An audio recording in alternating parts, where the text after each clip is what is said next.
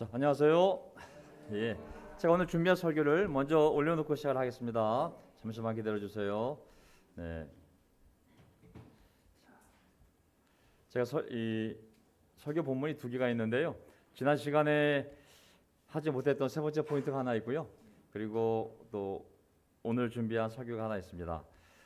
오늘 오신 분들 보니까 우리 어머니 아버지들도 또 많이 오셨고 또 아이들도 어려운 발걸음을 엄마 아빠 손을 잡고 진짜 대단한 발걸음을 한 것 같고요. 또 대한민국에 있는 우리 형제자매들 또 함께 하게 돼서 너무나 반갑습니다. 우리 또 3대가 또 예배를 드리네요. 우리 또 보라자매가 남편 호준 형제와 함께, 호준 씨와 함께 또 우리 딸을 데리고 왔고 현준이도 와 있고 유지도 와 있고 부족한 공간이지만 또 부족한 시설이지만 어쨌든 집중해서 또 하나님의 말씀을 함께 나누도록 하겠습니다. 먼저 아름다운 찬송으로 우리 마음을 준비시켜 주시고 또 오늘 성찬으로 예수님을 바라보게 해준 모든 분들께 감사를 드리고요. 제가 오늘 준비한 설교를 편한 마음으로 나누도록 하겠습니다. 저는 지난 시간에 겸손에 대해서 교회와 겸손이라는 제목으로 주제로 말씀을 나눴고요. 그 중에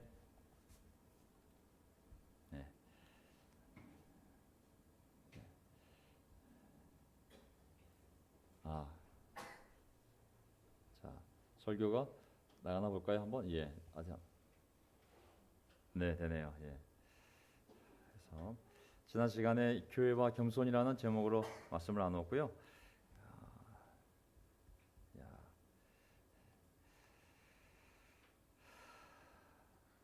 당시에 이제 성경적 겸손에 대하여 또 성경적인 교만에 대하여 하나님 말씀을 살펴보았고요. 세 번째가 이제 교만에서 겸손으로 하나님이 어떻게 우리를 인도해 가시는가를 나누고 싶었는데 시간이 안 돼서 제가 다음 시간에 한다고 말씀을 드렸습니다. 그래서 오늘 제가 준비된 세 번째 포인트를 한번 나누고 싶습니다. 그냥 세상적 기준에서의 겸손과 교만이 아니라 하나님 눈앞에서 하나님이 생각하시는 겸손과 교만에 대하여 어려운 주제지만 함께 나누었고요. 이제 PSW 리전이 모든 장로들 또 교사들 목사님들과 함께 한국 교회를 향하여 또 많은 사람들을 만나고 듣고 직접 눈으로 보았기 때문에 이제 그들이 깨달은 것을 가지고 또 많은 성숙한 지혜 있는 자들이 모여서 한국 교회를 어떻게 평가하고 그 다음에 그들이 갖고 있는 양심 또 그들이 알고 있는 하나님의 말씀을 통하여 성령님이 한국 교회에 대하여 이제 어떻게 가기를 원한다는 것을 우리에게 알려주시면 우리에게 권면으로 오든 권고사항으로 오든 오게 되면 우리가 그것을 근거로 해서 그 방향 내에서 이제 우리 모든 교회들이 그 방향으로 가면 될 것 같습니다. 어떻게 될지는 하나님 아십니다. 아멘. 하지만 준비된 마음은 하나님 그들을 사용할 것을 믿고 오른쪽으로 가라면 우리가 순종하는 마음으로 겸손하게 오른쪽으로 가면 되고 왼쪽으로 가는 것이 좋겠다고 평가를 내리면 우리가 겸손하게 왼쪽으로 가면 될 거라는 생각이 있습니다. 그래서 저도 마음을 좀 내려놓고 좀 하나님께서 어떻게 우리에게 그렇게 권면하실지를 너무나 기대가 되고 지금도 기다리고 있습니다. 자, 바라기는 9월달 이 추석 좋은 날 정말 그러한 도움들이 잘 와서 교회가 이 추운 겨울을 맞이하기 전에 따뜻한 마음으로 정말 새로운 마음으로 함께 교회를 세워나갈 수 있도록 기도하고 있습니다. 여러분도 같은 마음 아니시겠습니까? 제가 한번 지금 지난 시간 이어서 넘어가고 있는데요. 교만에서 겸손으로, 교만에서 겸손으로 하나님의 역사. 모든 하나님의 역사가 겸손한 자를 높이고 교만한 자를 낮추는 것이 모든 성경 이야기가 아닐까요? 자, 시편 138편 6절. 주님께서는 높은 분이시지만 낮은 자를 굽어보시며 멀리서도 교만한 자를 다 알아보십니다. 아멘. 이게 격려되는 말씀인지 경고가 되는 말씀인지 모르겠지만 어쨌든 저 높은 곳에 계신 분이 가장 낮은 자를 다 굽어보신다는 것은 정말 놀라운 말씀이 아닐 수 없습니다. 멀리서도 교만한 자를 다 알아보신다고 하나님께서 정말 안 보시는 것 같지만 겸손한 자와 교만한 자, 낮추려고 하는 자와 높이려고 하는 자를 하나님이 이미 다 아신다는 것을 우리가 믿음으로 받아들였으면 좋겠습니다. 잠언 29장 23절에 보면 사람이 교만하면 낮아질 것이고 마음이 겸손하면 영예를 얻을 것이다. 이 같은 같은 히브리 단어인데 동사로 쓰면 낮추다, 형용사가 되면 겸손한 이런 뜻인 거거든요. 그래서 사람이 교만하면 낮아질 것이고 마음이 겸손하면 영예를 얻을 것이다. 성경이 계속 강조하는 것은 계속 겸손한 쪽으로 가도록 우리를 인도한다고 분명히 믿습니다. 자, 이사야 57장 15절 하나님의 마음을 볼까요? 내가 비록 높고 거룩한 곳에 있으나 겸손한 사람과도 함께 있고 잘못을 뉘우치고 회개하는 사람과도 함께 있다. 겸손한 사람과 함께 있으면서 그들에게 용기를 보도워 주고, 하나님께서는 정말 저 높은 곳에 계시지만 항상 그 눈이 가장 기뻐하는 것이 뭐냐면 겸손한 사람. 그래서 자기 죄를 뉘우치는 사람, 항상 그들과 함께 하기를 바라면서 어떻게 하면 이들을 내가 격려할 수 있을까? 내가 어떻게 하면 이들에게 복을 줄 수 있을까? 항상 그런 생각을 하시는 분이 하나님이라는 생각을 또 하게 됩니다. 가장 높지만 가장 낮은 곳에 있는 사람들을 찾는 하나님, 그리고 아무리 약한 죄를 졌어도 스스로 낮추고 회개한다면 어떻게 해서든 그 사람을 살려서 복을 주기를 원하시는 하나님의 마음을 보게 되거든요. 자, 다니엘서 4장 37절, 이제 다니엘서에 나와 있는 이 스토리를 가지고, 예화를 가지고, 역사적인 사건을 가지고 이 겸손과 교만에 대한 결론을 내려고 합니다. 다니엘서 4장 37절, 이제 나 느부갓네살 왕은 하늘의 왕을 찬양하고 높이며 그분에게 영광을 돌리는 바이다. 과연 그가 하시는 일은 모두 참되며 그의 모든 길은 공의로우니 그는 교만한 일을 낮추신다. 느부갓네살 왕이 예수님 오시기 전에 약 500년 좀 전에 전 세계를 지배하는 이 바빌론이라는 제국의 황제였습니다. 정말 그가 어느 날 수많은 나라를 다스리고 또 자기가 지은 멋진 정원을 보고 자기에게 순종하는 모든 백성들을 보고, 그리고 자기의 의로움에 빠져서 야, 내가 정말 놀라운 왕이구나, 이걸 내가 어떻게 다 이루었지? 하는 순간 하늘로부터 하나님의 음성을 듣게 됩니다. 느부갓네살아, 네가 한 거 아니다. 내가 잠시 너에게 그런 고난을 줬을 뿐이라고. 네가 많이 교만해졌구나.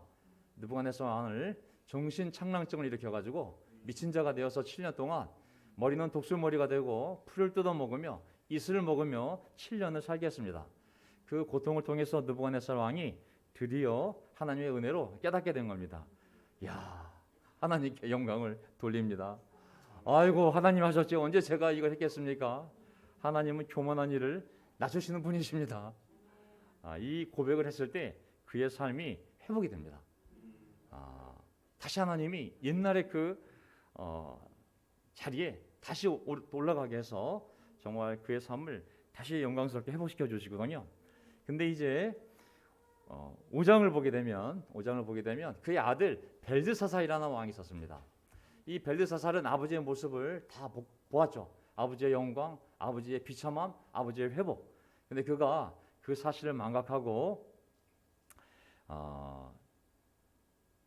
어느 날 잔치를 여는데, 그 잔치가 뭐냐면 술잔치였습니다. 술잔치인데 그 술잔치에서 어떤 것을 사용하냐면 예루살렘 성전에 있던 그 하나님께 쓰던 그 성물들, 그릇들이 있는데, 금은 그릇이 있는데 그것을 가지고 와서 창고에 보관하고 있었는데, 이 벨르사살이 그 창고에서 하나님께 썼던 그 그릇들을 다 꺼내서 수많은 사람들 불러다가 그걸로 술 파티를 하게 됩니다.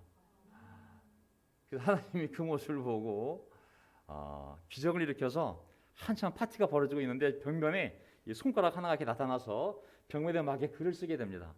그래서 엄청난 두려운 현상이잖아요.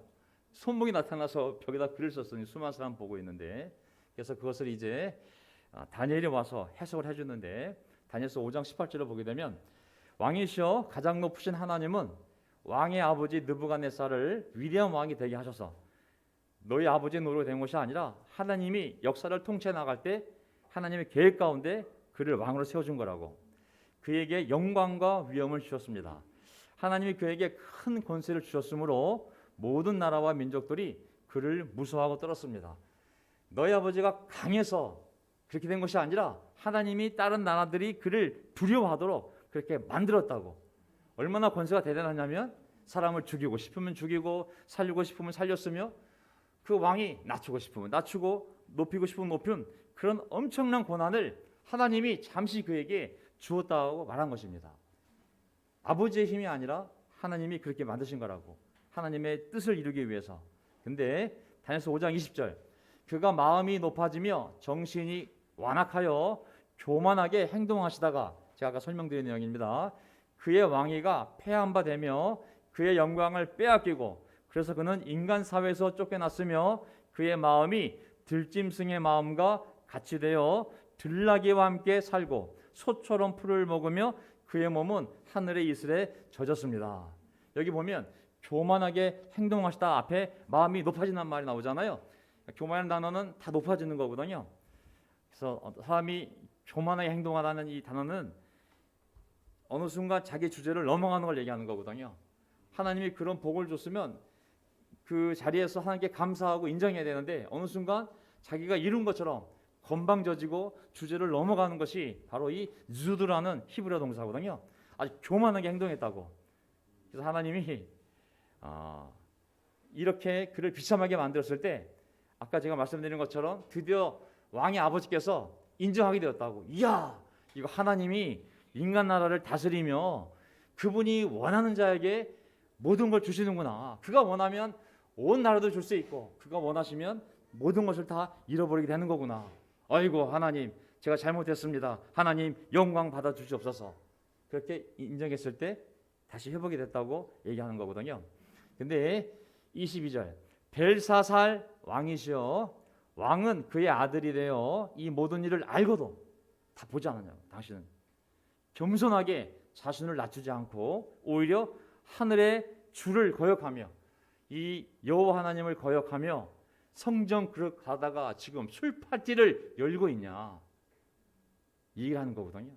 그리고 술 파티를 열면서 하나님을 찬양하는 것이 아니라 이방 잡신들을 네가 찬양하고 있냐. 그러면서 뭐라고 얘기하냐면 24절 그러므로 하나님이 그 손가락으로 이 글을 쓰게 하셨습니다. 기록된 글자는 메네메네데겔 우바르신, 메네메네데겔 우바르신입니다. 그 뜻을 해석하면 이것은 메네메네 왕이 통치하는 날수를 하나님이 세워서 이미 그것을 끝나게 하셨다는 것을 가리킵니다. 그리고 데겔은 하나님이 저울을 재어봤더니 왕이 아주 많이 부족한 사람입니다. 하나님의 기준에. 그다음에 우바르신, 바르신은 하나님이 나누다. 이제 왕의 나라가 나뉘어져서 메대와 페르시아가 될 거라고. 그래서 그날 밤에 이 말씀대로 그대로 이루어지게 됩니다.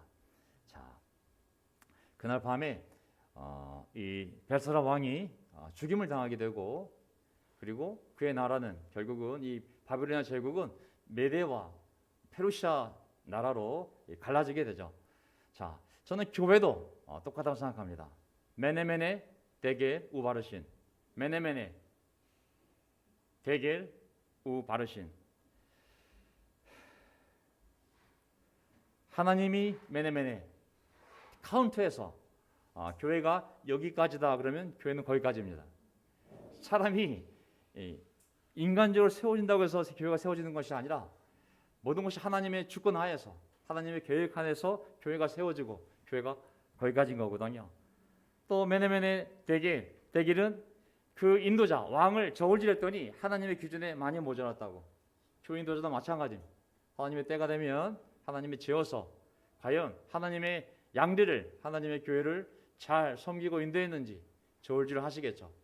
모자란다면 하나님의 때에 그가 거기까지밖에 하나님의 일을 할 수가 없는 것이죠. 우바르신. 그리고 그 교회가 멈춰지면 다시 또 새로운 교회들이 나눠져서 세워지는 것을 얘기합니다. 이게 교회 역사입니다. 사람들은 분열로 볼지 모르겠지만 하나님의 나라는 이렇게 그 교회의 머리이신 하나님께서 그 교회와 그 교회 인도자를 카운트하고 그리고 저울질해서 평가해서 자기의 몸된 교회를 하나님께서 통치해 오신 줄 믿습니다. 아멘. 그래서 이런 두려운 마음을 가지고 우리가 하나님께서 이제 이 교회를 어떻게 인도하실지를 겸손한 마음으로 기다려야 되지 않겠습니까? 겸손함은 살 것이요 교만함은 죽음이라는 것은 성경이 계속해서 반복하고 있는 가르침입니다. 우리가 겸손하면 연합에 이를 것이요 교만하면 각자의 길을 또한 가게 되겠죠. 저는 이 어려움을 통해서 우리 모두 겸손해져서 모두가 겸손해져서 정말 하나님 앞에 겸손해져서 하나님께서 다시 우리를 새로운 새 푸대로 또 새로운 술로 그리고 새로운 마음으로 복음을 전할 수 있는 새로운 공동체를 하나님이 세워가 주시기를 간절히 기도하고 있습니다. 아멘. 자, 이것이 이제 제가 겸손과 교만에 대한 성경적인 관점에서 이 말씀을 나누었고요. 이제 오늘 저는 어떤 주제를 나누고 싶었냐면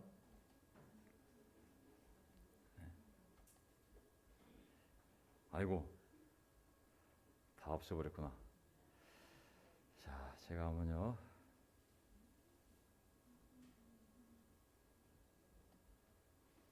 네. 자, 오늘 제가 준비한 설교는요. 교회 7. 교회와 직분자라는 주제입니다. 교회와 직분자. 자, 오늘 8월 28일 설교 교회와 직분자라는 주제로 한번 말씀을 나누고 싶었습니다. 시간은 얼마 될지 모르겠는데 모자라면 다음 시간에 함께 나누겠습니다. 설교 제목 성령이 여러분을 양떼 가운데에 감독으로 세우셔서라는 성경 본문이 있습니다.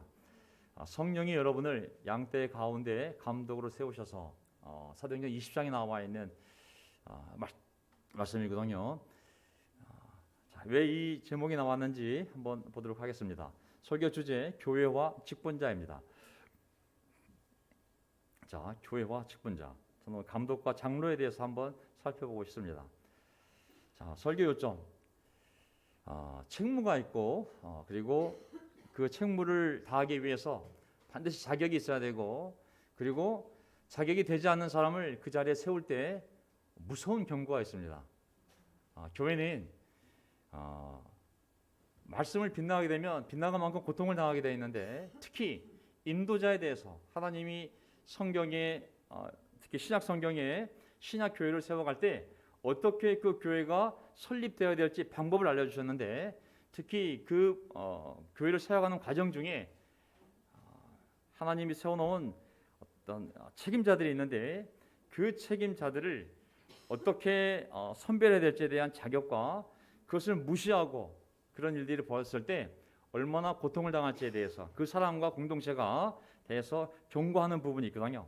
그래서 오늘 그 부분을 함께 보면서 앞으로 교회가 세워져 갈 때 어떻게 정말 세워져 가야 될지에 대한 비전을 이런 청사진을 우리가 머릿속에 갖고 있는 것도 좋겠다는 생각이 들었습니다. 자, 첫 번째 책무. 자, 사도행전 20장을 보게 되면요. 17절에 바울이 밀레도에서 에베소로 사람을 보내요. 교회 장로들을 불렀다. 사실 오늘 설교 준비하면서 제일 걱정한 게 애들이었어요, 애들. 야, 누가 애들을 데리고 나가서 좀 시간을 보냈으면 어떨까라는 생각을 하게 되었거든요. 근데 또 아이들을 염두에 두고 너무 설교를 재밌게만 할 수는 없고 그래서 야, 우리 아이들 지성이 우리 아이들이 소화할 수 있는 내용이 아니라는 생각이 들어서 우리 아이들은 편하게 있으면 될 것 같아요. 네, 편하게 그냥 자, 20장 17절 바울이 밀레도에서 에베소로 에베소 교회로 사람을 보내어 누굴 불렀습니까? 교회 장로들을 불렀어요. 왜냐하면 그들이 교회 책임자인 거예요. 책임자. 어느 조직이든지 간에 책임자가 있거든요, 사실. 그래서 교회 장로들을 보냈습니다. 교회 장로들을 불렀습니다. 그래서 그 당시 교회 책임자인 장로들이 오니 바울이 그들에게 말하였다. 여러분은 내가 아시아에 발을 들여놓은 첫날부터 여러분과 함께 그 모든 시간을 어떻게 지내왔는지를 잘 아십니다. 그러면서 사도행전 20장 28절 여러분은 자기 자신을 잘 살피고 양떼를 잘 살펴보십시오. 성령이 여러분을 양떼 가운데에 감독으로 세우셔서 하나님께서 자기 아들의 피로 사신 교회를 돌보게 하셨습니다. 자, 어느 시점에서 보게 되면 사도 바울이 이방인들 가운데 교회를 세우게 되고 그 교회 안에 책임자를 두었는데 그 책임자가 바로 장로였습니다. 그래서 그 장로들을 불러다가 다시 한번 리마인드 시켜주는 거예요. 내가 왜 그들을 세웠는지 하나님 나를 사도로 세우셨는데 내가 위임받은 권한을 가지고 내 권한으로 또 세웠는데 이 세운 과정을 보면 그것은 성령께서 너희들을 세운 것이지 내가 개인적으로 세운 것이 아니라고. 세운 목적은 하나님의 양떼를, 너희들의 양떼가 아니라 하나님의 양떼를 잘 보살피는 거라고. 그래서 그 양떼 가운데에 성령께서 여러분들을 감독으로 세우셔서, 그 양떼가 누구냐면 하나님께서 자기 아들의 피로 사신 교회라고. 그니 그 교회를 잘 돌보라고. 성령께서 세운 거라고. 내가 세웠지만, 내가 어포인트했지만, 내가 임명했지만, 안수했지만 성령께서 너희들을, 하나님의 교회를 보호하기 위해서 세운 거라고. 여기 보면 핵심 단어가 두 개가 있어요. 동사가 뭐가 있냐면 감독하라, 감독하다와 돌보다라는 단어가 있어요. 감독하다. 그 책임자를 세운 목적은 뭐냐면, 누군가는, 물론 모든 교회 형제는 똑같기 때문에 다 서로 돌보고 경고하고 권면하고 격려하고 사랑하고 다 똑같이 해야 되지만, 어느 시점에선가는 누군가가 그걸 촉진할 수 있도록 책임을 가져야 될 사람이 있는 거예요. 그래서 어떤 사람이 전적으로 그 일에 마음을 쏟을 수 있도록, 전념할 수 있도록, 그 단어가 바로 감독하되, 프로세코라는 헬라 단어거든요. 모두가 서로 조심하고 격려하고 사랑하고 함께 교회를 세워야 되지만, 모두가 다 함께 봉사해야 되지만, 모두가 하나님 말씀을 서로 격려해야 되지만, 누군가는 책임을 갖고 그 일을 더 촉진할 수 있도록 해야 될 사람이 있다고. 그게 감독자입니다. 그들을 지배하는 사람이 아니라 서로 그 일을 할 수 있도록 그 일을 책임지고 해야 될 사람을 하나님이 세운 거죠. 그게 감독하다. 감독하다. 우리나라 말로는 뭔가 좀 위에서 억압하는 큰 권위를 가지고 정말 뭐 통치하는 느낌이지만, 그런 느낌보다는 전적으로 마음을 쏴야 될 사람이 필요했던 것이죠. 그들이 할 일은 뭐냐면 돌보는 것, 하나님의 양떼들을 돌보는 것이었었는데, 돌보단 말이 뭐냐면 우리가 잘 아는 목자가 되다. 그 가축들을 먹이고 돌보고 지키는 것이 바로 이 돌보다는 포이 마이노라는 동사거든요. 그러니까 어떤 하나님의 공동체가 세워지면 다 평등하기 때문에 서로 형제요 자매요 그리고 하나 아버지를 둔 공동체지만, 서로가 똑같이 책임감을 가지고 서로 교회를 세워야 되지만, 또 한편은 그 일을 할 수 있도록 누군가는 그것에 전념할 수 있는, 그가 전임이든 비전임이든 누군가 그를 전념할 수 있는 그런 책임자를 하나님이 성령께서 세우셨는데, 그가 바로 장로요 감독인 것이죠. 자, 그래서 히브리서 12장 15절을 보게 되면 이제 어떤 일들을 그들이 해야 되냐면, 12장 15절, 하나님의 은혜에서 떨어져 나가는 사람이 아무도 없도록 주의하십시오. 놀라운 일은 뭐냐면, 구원을 받았어도 하나님의 은혜에서 떨어져 나가는 사람들이 생길 수밖에 없습니다. 또 쓴 뿌리가 돋아나서 괴롭게 하고 그것으로 많은 사람이 더러워진 일 없도록 주의하십시오. 히브리서 12장을 보게 되면 이 권면은 어떤 한 리더에게 준 말이 아니에요. 자, 너 장로지, 너 감독이지, 이런 일 없도록 너가 주의시켜야 돼. 이 본문이 아닙니다. 모든 올리 크리스천들에게 주는 경고인 거예요. 어느 누구도 너희 가운데 이런 일이 없어야 되고, 또 주변에서 이런 일이 생기지 않도록 너희가 서로 경고하고 서로 가르치면서 권면해야 된다고. 하지만 시간이 지나면서 이 일을 더 책임감을 갖고 해야 할 사람이 필요했던 것이죠. 그래서 교회 안에 그 책임자들을 하나님께서 세우게 됩니다. 그들이 바로 장로이기도 하고 같은 말로 감독이기도 한 거죠. 자, 디도서 1장 7절, 1장 4절을 보게 되면, 디도서 1장 4절, 나는 같은 믿음을 따라 진실된 아들이 된 디도에게 이 편지를 씁니다. 사도 바울이 디도에게 쓴 편지입니다. 내가 그대를 크레타에 남겨둔 것은 남은 일들을 정리하고 내가 지시한 대로 각 성읍마다 장로들을 세우게 하려는 것입니다. 누굴 세워요? 성읍마다 장로를 세우라 했어요? 장로들을 세우라 그랬어요? 장로들, 복수잖아요. 그래서 하나님의 그 책임자들은 혼자 하는 것이 아니라 복수가 되어서 그들이 함께 그 일을 하게 되어 있습니다. 여기 보면은 프레스비테로스라고 헬라어고, 옆에는 영어 엘더, 우리가 엘더라 부르잖아요. 그 뜻은 연장자라는 뜻인데, 유대 사회에서 장로들은 항상 그 가문의 어른이든 아니면 그 공동체의 어른이든 가장 경험과 연륜이 많은 그 사람이 그 책임을 지게 돼 있잖아요. 가족의 책임이든 가정의 책임이든 가문의 책임이든. 그래서 그런 개념들이 자연스럽게 이 교회 안에 들어오게 된 것이죠. 교회마다, 성읍마다 교회가 있으면 교회에 그런 장로들을 반드시 세우라고, 내가 널 남겨둔 목적이라고. 그래서 그래서 네가 세우라고. 베드로전서 2장 25절 볼까요? 자, 예수님에 대해서 어떻게 말씀하시냐면 사도 바울이 예수님을 어떻게 묘사하고 있냐면 여러분이 전에는 길 잃은 양과 같았으나 이제는 여러분의 영혼의 목자이며 감독이신 그에게로 돌아왔습니다. 자, 우리가 교회로 돌아왔다는 얘기가 뭐냐면 교회의 머리가 예수 그리스도인데 그분이 우리 영혼의 목자요 우리 영혼의 감독임을 믿습니다. 아멘. 우리 영혼의 목자와 우리 영혼의 감독은 오직 한 분 예수 그리스도밖에 없어요. 이게 분명히 얘기하고 있잖아요. 여러분은 길 잃은 양들이었으나 이제 예수로서 십자가의 보혈로 모든 죄를 용서함 받고 이제 예수 그리스도께로 돌아왔는데 그분이 누구냐면 여러분의 영혼의 목자이며 감독이라고. 너희 영혼에. 그러면서 목자는 포이멘 알죠? 포이멘. 감독은 에피스코포스라고. 자, 예수님의 교회에 대한 이 권위를 생각해 보면 책임을 생각해 보면 한편으로는 목자이고 한편으로는 감독이잖아요. 그렇다면 성령께서 각 교회에 세워진 교회를 하나님 말씀대로 살기 위하여 물론 서로가 평등하게 존중하며 격려하며 서로 권면하며 가르치며 가야 되는데 그 일을 책임질 어떤 사람들을 세울 때 그 사람의 성격은 목자이자 감독이라는 것이죠. 목자는 건 뭐겠습니까? 양들을 지키는 자가 목자잖아요. 양들을 치고 먹이고 돌보고 보호하는 것. 감독은 뭐겠습니까? 감독은 말 그대로 아까 말씀드렸다시피 이런 권한을 가지고 뭐 감시하는 것이 아니라 아까 제가 설명드린 그 내용이죠. 그 당시 교회를 보게 되면 사도, 예언자 그리고 여기 나와 있는 복음 전도자. 우리가 복음 전도자죠. 제가 복음 전도자입니다. 정확하게 이벤젤리스트는 복음 전도자예요. 자, 사도와 복음 전도자와 예언자들은 종착된 직종이 아니에요. 이 사람들은 하나님이 그러한 은사를 주고 그 일을 하게 했는데 사도와 예언자와 이 복음 전도자들은 도시에 세워진 교회들 돌아다니면서 복음을 전하는 것이 우리가 받은 사명이에요. 그 일을 할 수 있도록 능력도 주었고 그리고 힘도 주시고 그 일을 할 수 있게끔 교회들로 하여금 그들을 도우라고 명령하셨어요. 사도 바울도 돌아다녔고 베드로도 돌아다녔습니다.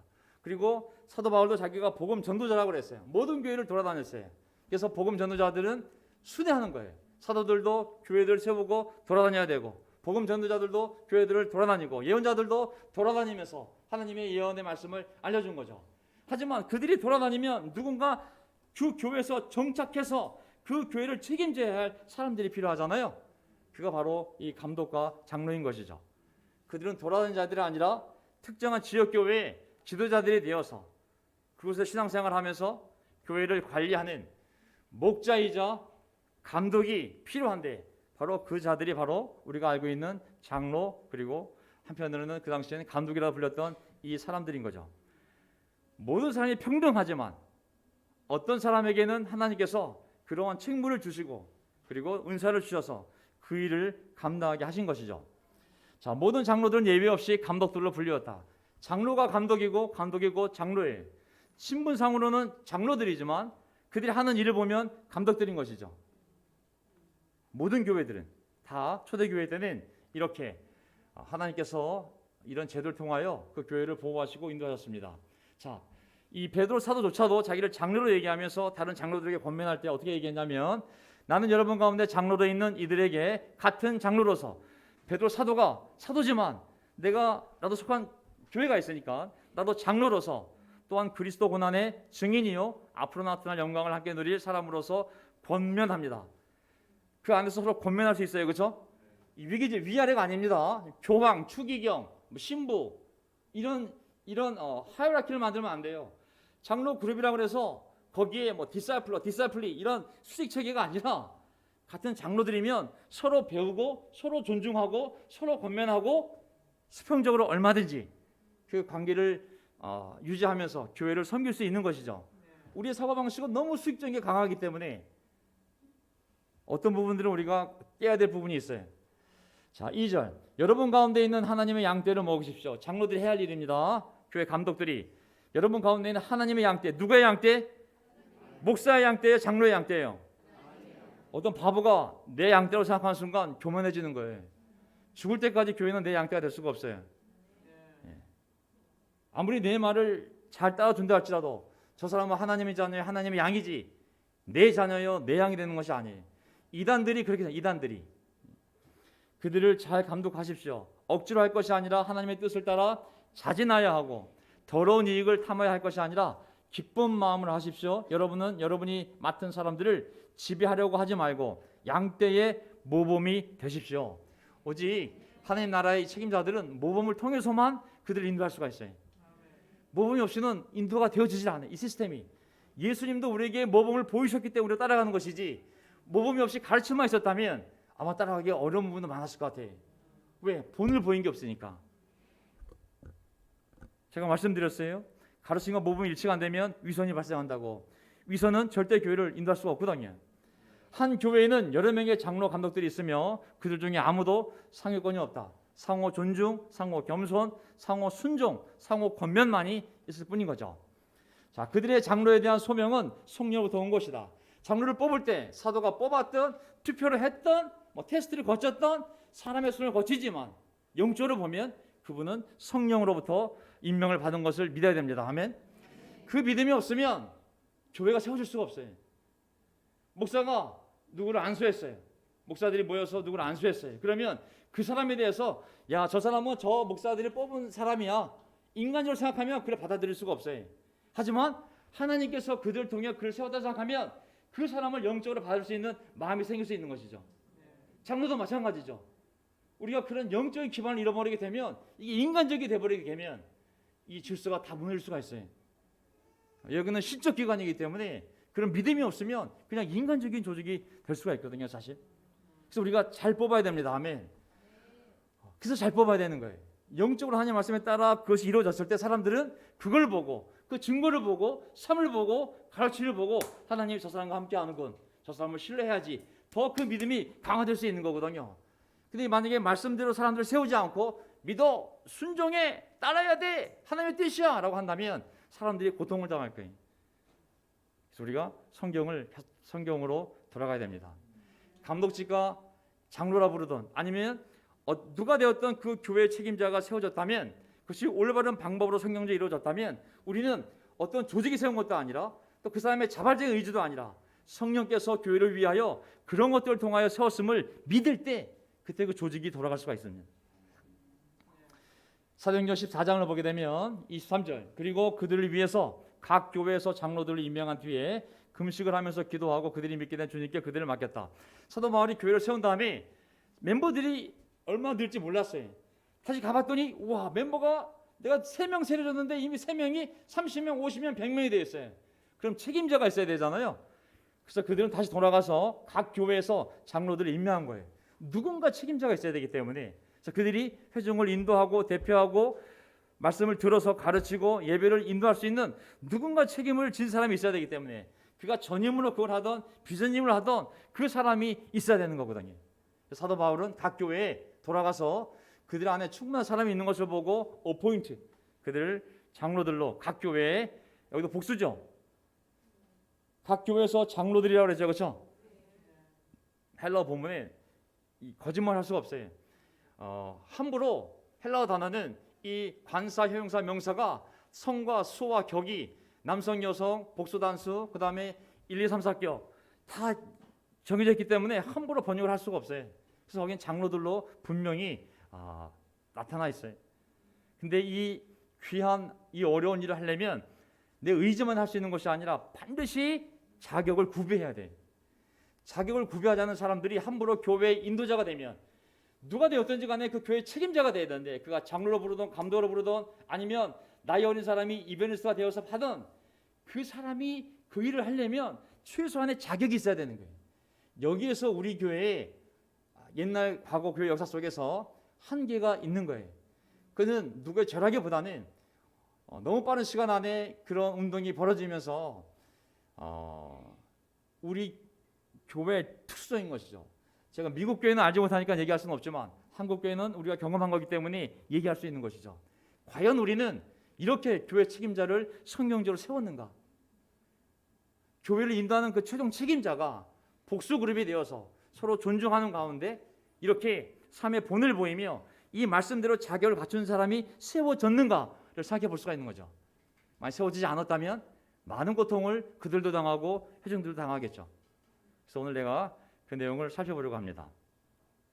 어떤 자격 있는 사람이 교회를 인도해야 될까? 교회 책임져야 되는지. 디모데후서 3장 1절. 이 말은 옳습니다. 어떤 사람이 감독의 직분을 맡고 싶어하면, 장로의 직분을, 교회 책임자의 직분을 맡고 싶어하면 그는 훌륭한 일을 바란다고 하겠습니다. 이 말 자체는 뭐냐면, 여기 이 말 뜻은 뭐냐면, 어떤 사람이 감독의 직분을 맡고 싶다면 네가 바라고 있는 것은 정말 훌륭한 일이야. 너는 감독의 직분을 만약에 맡고 싶다면 너는 정말 훌륭한 일을 맡고 싶은 거야 라고 설명해 주는 거거든요.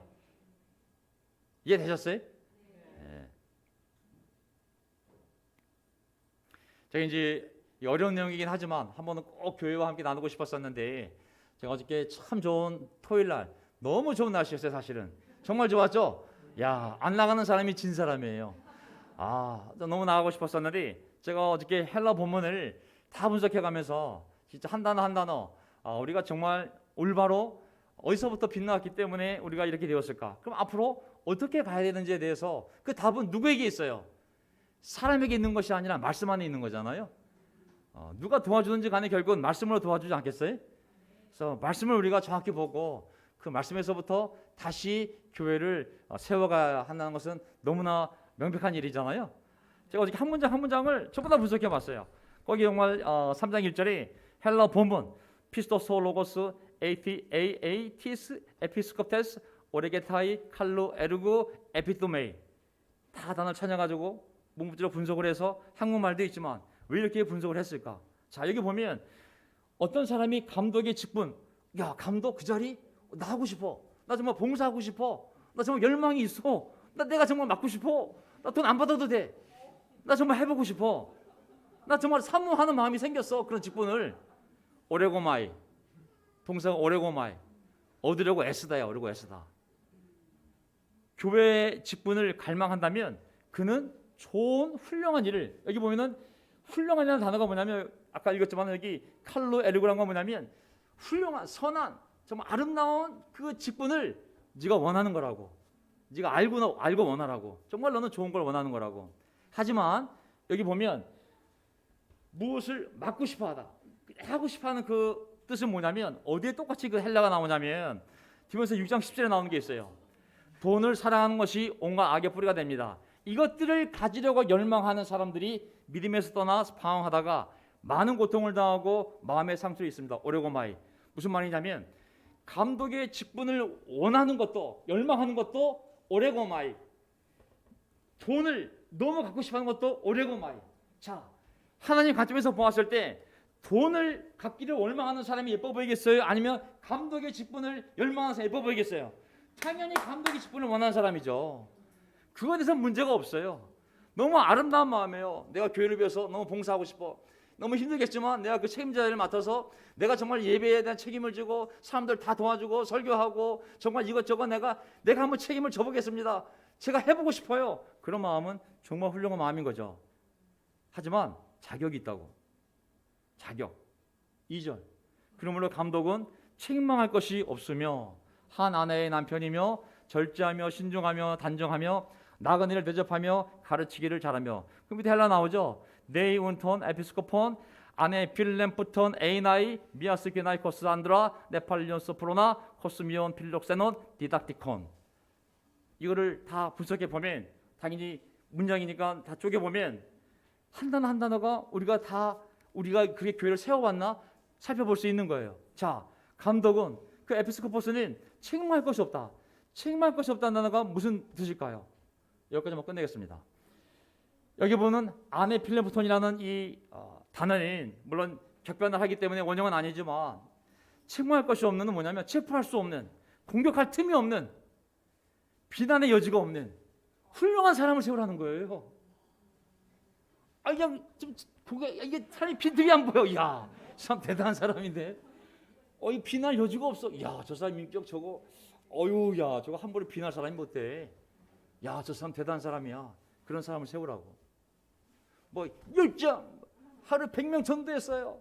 200명 세례줬어요. 그런 사람이 아니라 정말 빈틈이 없는, 공격할 틈이 없는, 체포하고 싶어도 법적으로 법을 어기는 것이 없기 때문에 너무 당당한 그런 사람을 세워야 된다고.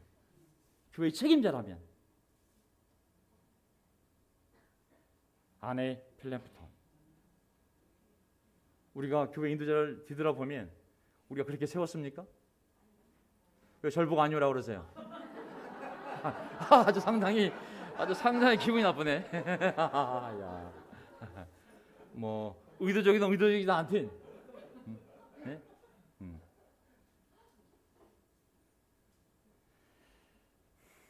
자, 네팔리언, 술 취하지 않는, 워낙 그 술 문화 속에서 정말 그 술 취하지 않는, 스스로 절제하는 사람. 소프로나, 신중한. 이 사람은 자기의 욕망과 충동을 억제할 수 있는 그런 성품을 얘기하는 거죠. 소프로나, 신중한. 자기 욕망과 충동을 억제할 수 있는. 그 정도 돼야 사람들을 도와줄 수가 있다는 거죠. 코스미온. 한국말로는 단정함이라고 했지만 코스미온은 코스모스가 질서란 뜻이에요. 질서. 우주란 뜻이지만 질서거든요. 사람이 질서에 있다면 균형 잡힌 인격, 정말 사람이 바르고 남들 봤을 때 야 정말 존경할 만하다. 정말 존경할 만해. 어쩌면 사람이 이렇게 질서가 있고 단정하냐. 그런 사람이 코스미온이에요. 그런 사람을 세우라고. 살펴보라고 그런 사람인지. 그 다음에 필록세논. 낯선 사람을 사랑하는. 정말 그 당시에는 워낙 순회 전도자도 많고 워낙 움직이는 사람들이 많았기 때문에 그들이 일일이 다 손대접을 해야 되는 거예요. 형제 자매들도 해야 되지만 그 일을 앞장서서 그걸 너무 기쁘게 잘할 수 있는. 어디서 왔어요? 우리 집에 주무시죠. 어디서 왔어요? 식사하러 갑시다. 다 손대접을 다 해야 되는데 그걸 잘하는 사람이 장로가 돼야 된다고. 이것만 센 사람이 아니라 술을 즐기지 아니하며 난폭하지 아니하고 너그러우며 다투지 아니하며 돈을 사랑하지 아니하며 메 파로이논 메 프레크텐 알라 에픽 에이케 아마콘 아필랄기론. 자, 메 파로이돈. 메는 낫이야, 낫. 파로이돈이 뭐냐면 포도주 옆에 있는. 그러니까 포도주 옆에 있으면 안 되는 거예요. 술을 즐기면 안 되는 거예요. 왜냐하면 술은 이성을 잃게 만들기 때문에 교회 책임자라면 술 곁에 있는 것을 자꾸 거부하는 사람이 되어야 되는 것이죠. 술 취한만이 아니라 술을 즐기지 아니하는 사람을 얘기하는 거예요. 술 취하지 아니하는 사람. 그다음에 메 프레크톤. 메는 낫이에요, 낫. 난폭하지 아니하고 싸우기를 좋아하는, 주먹을 날릴 준비가 되는 사람이 있어요. 분노 조절장이 있는 사람이 있어요. 말만 걸어봐라. 살아오면서 너무 분노가 많아가지고 그런 사람들은 건드리면 튀어나오잖아요. 그런 사람이 인도자가 되면 어떻게 사람들을 참고 크게 인내하며 갈 수 있겠냐고. 주먹을 날릴 준비가 되어 있는 사람은 안 된다고. APAK. 이거는 예수님이 나는 온유하고 겸손하다 할 때 온유하다는 표현이 바로 이 APAK라는 헬라어 형용사거든요. 나는 온유하다고. 정말 온유하고 참을성 있고 온순한 캐릭터가 아니면 교회 인도자로 세우면 안 되는 거예요. 이런 온순함이 없으면 절대로 사람들을 도울 수가 없어요. 사실은 수많은 자극과 수많은 도전 속에서 이걸 인내해낼 수 있는 부드러운 성품이 만들어지지 않는다면 얼마나 많은 멤버들과 싸우다가 결국 둘 다 나가겠어요. 교회를. 과거를 생각해 보세요.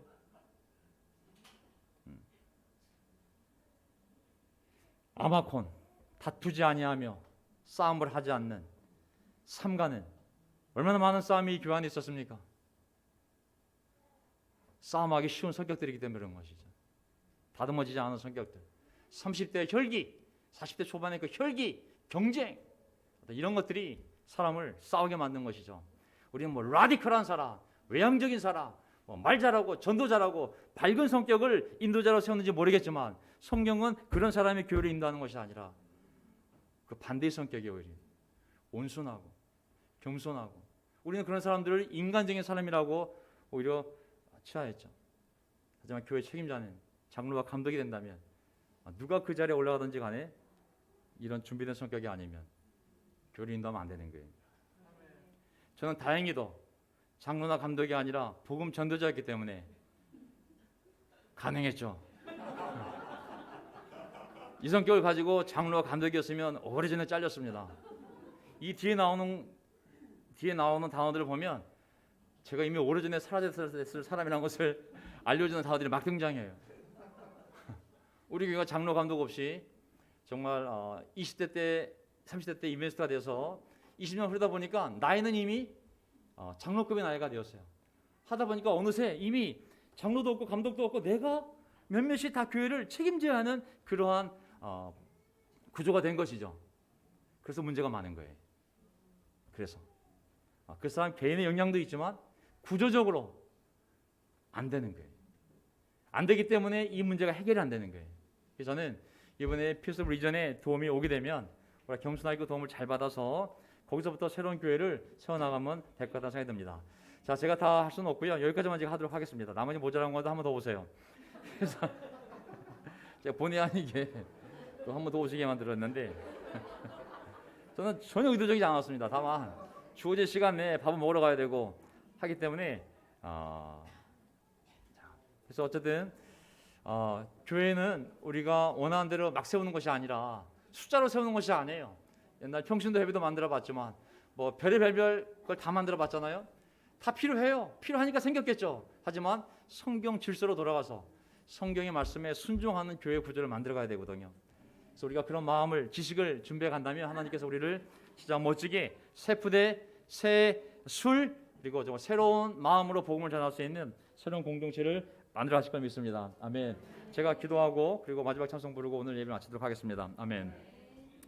하나님 아버지, 오늘 우리 인생에 벌어진 많은 어려운 일들, 또 교회 안에서 벌어지는 많은 어려운 일들, 어떻게 보면은 우리의 교만한 성격으로 인한 우리의 죄의 결과이기도 하지만 또 한편으로는 그 어려움을 통하여 하나님께서 우리를 낮추시고 주님의 말씀으로 돌아가 어디서부터 우리가 잘못되어졌는지, 어디서부터 떨어졌는지를 살펴보게 만드시고 그리고 말씀으로 돌아가 순종하도록 하나님 허락하신 일들임을 믿습니다. 하나님, 모든 것이 겸손에 달려있음을 저희는 잘 압니다. 겸손한 자만이 주님을 바라볼 수 있으며 겸손한 자만이 주님의 권면을 받아들일 수 있으며 겸손한 자만이 순종하여 하나님의 복을 받는 줄 믿습니다. 우리의 지성과 이성, 우리의 경험과 경륜, 이런 것들은 아버지 하나님 우리를 정말 교만하게 만들기 쉽지만 하나님의 말씀으로 돌아가 성령께서 우리를 계속 낮춰주셔서 우리가 있어야 할 그 자리에 있게 하셔서 우리가 봐야 될 것을 보게 만드시고 우리가 순종할 것을 순종하게 만드셔서 하나님의 복 안에 머무를 수 있도록 저희를 도와주십시오. 우리 육신의 본성은 아담의 후손이요, 아버지 하나님 아담의 후손이요, 정말 하나님의 말씀을 의심하며 먹지 말라는 것을 먹고 싶고 우리의 깃발을 높여서 하늘에까지 오르고 싶은 우리의 교만한 뿌리들이 우리 육체의 세포에 가득 담겨 있습니다. 우리 힘으로는 이 교만을 억누를 수가 없습니다. 가만히 내버려 두면 하늘 끝까지 닿을 수밖에 없는 이 육신의 교만한 본성을 저희는 어떻게 감당할 수가 없습니다. 사도 바울도 말씀하시기를 이 비참한 몸에서 누가 우리를 구원해 줄 수 있겠는가? 오직 우리를 구원해 주신 예수 그리스도밖에 없다고 말씀하셨습니다. 하나님 도와주십시오. 저희들 교만의 뿌리를 잘라주시고 자라나지 않게 막아주시고 오직 겸손 또 겸손 또 겸손하여 하나님의 말씀에 순종할 수 있도록, 하나님 말씀에 순종할 수 있는 겸손한 사람으로, 겸손한 교회로, 겸손한 가정으로, 겸손한 나라로 저희를 바꿔주시고 저희에게 그 겸손의 열매로 많은 복을 허락하여 주시옵소서. 우리의 주님이신 예수 그리스도의 이름으로 기도합나이다. 아멘.